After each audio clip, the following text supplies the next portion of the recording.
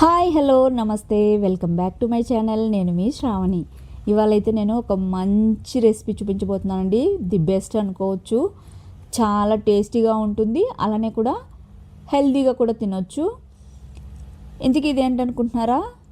బెండకాయ పులుసు అండి. అబ్బా, బెండకాయ పులుసులో ఏముందండి అనుకుంటారా? ఉందండి, ఇందులోనే special.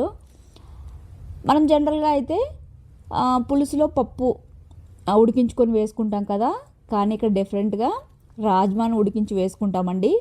So must try this recipe అని చెప్తానండి.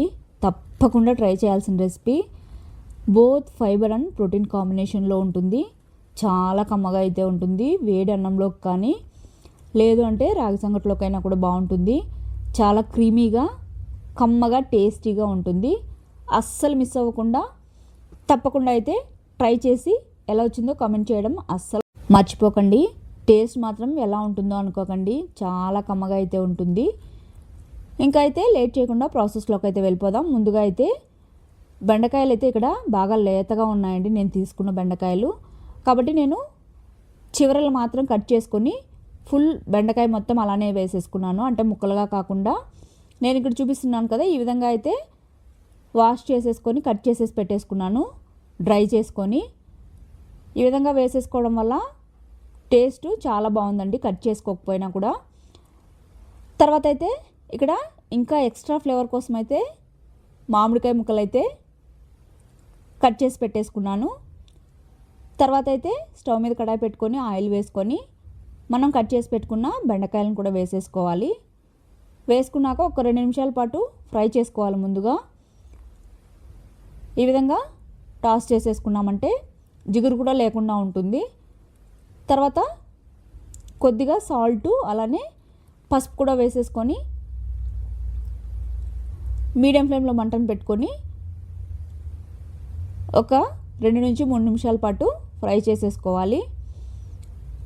అందులోనూ లేతగా ఉన్నాయి కాబట్టి త్వరగానే ఫ్రై అయిపోతాయి.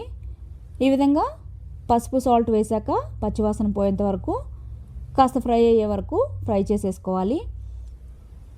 ఇవి ఫ్రై అయ్యేలోపు మనమైతే ఉడికించుకున్న రాజ్మాని కొద్దిగా వాటర్ వేసేసుకొని పేస్ట్ చేసేసుకోవాలి. ఇవైతే సాఫ్ట్గా ఉడికిపోవాలి. మీకు ఒకవేళ గ్యాస్ అలా ప్రాబ్లం ఉన్న వాళ్ళైతే నైట్ అంతా నానబెట్టేసుకొని కుక్ చేసుకున్నామంటే ఏ ఇష్యూస్ ఉండవు. ఈ విధంగా మిక్సీ పట్టేసుకున్నాక ఇక్కడ బెండకాయలు కూడా ఫ్రై అయిపోయాయి. తీసి పక్కన ఉంచుకోవాలి. తర్వాత అయితే పులుసు కోసం అయితే స్టవ్ మీద మరో కడాయి పెట్టేసుకొని ఆయిల్ అయితే వేసుకోవాలి. ఆయిల్ వేసుకున్నాక ఆవాలు అలానే జీలకర్ర, తర్వాత ఇక్కడ మెంతులు అనేవి వేసుకోవాలి. మెంతులు అనేవి మంచిగా ఆయిల్లో వేగాయంటే చేదు అనేది ఉండదండి. లేదు మాకు చేదు అనిపిస్తుంది అనుకుంటే దీని బదులు వేయించుకున్న మెంతుల పొడిని అయితే వేసేసుకోవచ్చు. కాకపోతే ఈ విధంగా పోపులో వేయడం వల్ల ఇంకా టేస్టీగా ఉంటుంది. వాటిని మంచిగా దూరగా ఫ్రై చేసుకున్నాక ఇందులోనే ఎండుమిర్చి అలానే ఆనియన్ కూడా వేసేసుకోవాలి. వేసుకొని కాస్త ఫ్రై చేసుకున్నాక ఇందులో అయితే కొద్దిగా ధనియాల పొడి, తర్వాత ఒక పావు స్పూన్ దాకా వేయించిన మెంతుల పొడి కూడా వేసుకుంటున్నాను. తర్వాత పసుపు అలానే కారం, రుచికి తగినంత సాల్ట్ అయితే వేసుకోవాలి. వేసుకున్న తర్వాత అన్నింటినీ మంటను సిమ్లో పెట్టుకొని పచ్చివాసన పోయేంత వరకు ఫ్రై చేసుకోవాలి. లేదు అంటే పులుసు అనేది కారం అలానే పసుపు అనేవి అలానే స్మెల్ వస్తుంది, టేస్ట్ కూడా కమ్మగా అనేది ఉండదు. కాబట్టి కాస్త ఫ్రై అయ్యాకే ఈ బెండకాయల ముక్కలు అయితే వేసేసుకోవాలి. వేసుకున్న తర్వాత ఒక 2 నిమిషాల పాటు ఈ కారం అనేది ముక్కలకు పట్టేలాగా ఫ్రై చేసుకోవాలి మూత పెట్టుకొని. అప్పుడే మనం వేసిన మసాలాలు కూడా మంచిగా ఫ్రై అయిపోయి ముక్కలు కూడా కమ్మగా ఉంటాయి. లేదు అంటే చప్పగా ఉంటుంది ఈ బెండకాయ ముక్కలు తినేటప్పుడు.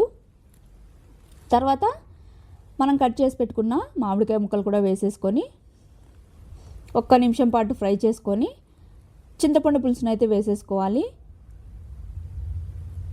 అదైతే మీ టేస్ట్కి తగ్గట్టు వేసుకోండి. ఆల్రెడీ మనం మామిడికాయ ముక్కలు కూడా వేసుకున్నాం కాబట్టి అడ్జస్ట్ చేసుకొని వేసుకోండి పులుపు అనేది.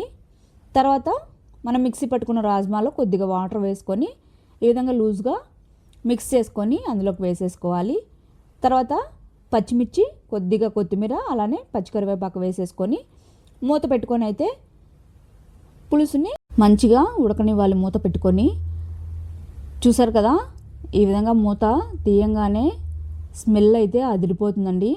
అప్పుడే మనకు తినేయాలి అనిపిస్తుంది, అంత టేస్టీగా అయితే ఉంటుంది. చివరిగా కొత్తిమీరను వేసేసుకొని ఒకసారి కలిపేసుకొని వేడి వేడిగా అన్నంలో కానీ లేదు అంటే రాగి సంగటిలోకైనా ట్రై చేసేయచ్చు. చాలా బాగుంటుంది. తప్పకుండా అయితే ట్రై చేయండి. అందులోని మామిడికాయ ముక్కలు వేసాం కదా, పులుపు అలానే బెండకాయ ముక్కలకు పట్టి మంచిగా కమ్మగా ఉంటుంది అయితే తింటుంటే మాత్రం. ఇదైతే తప్పకుండా ట్రై చేయండి. ట్రై చేశాక మీకు ఎలా వచ్చిందో కూడా కమెంట్ చేయండి. అలానే మన ఛానల్ అయితే నచ్చినట్టయితే సబ్స్క్రైబ్ చేసేసుకోండి please. Okay, bye. Thank you for watching.